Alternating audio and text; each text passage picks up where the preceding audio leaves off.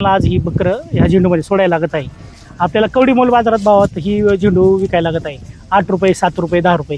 किमान आज खर्चसुद्धा परवडत नाही. आज किमान याचा जर खर्च धरला तर मजुराचा खर्चसुद्धा निघत नाही आहे, अशी परिस्थिती आली आहे.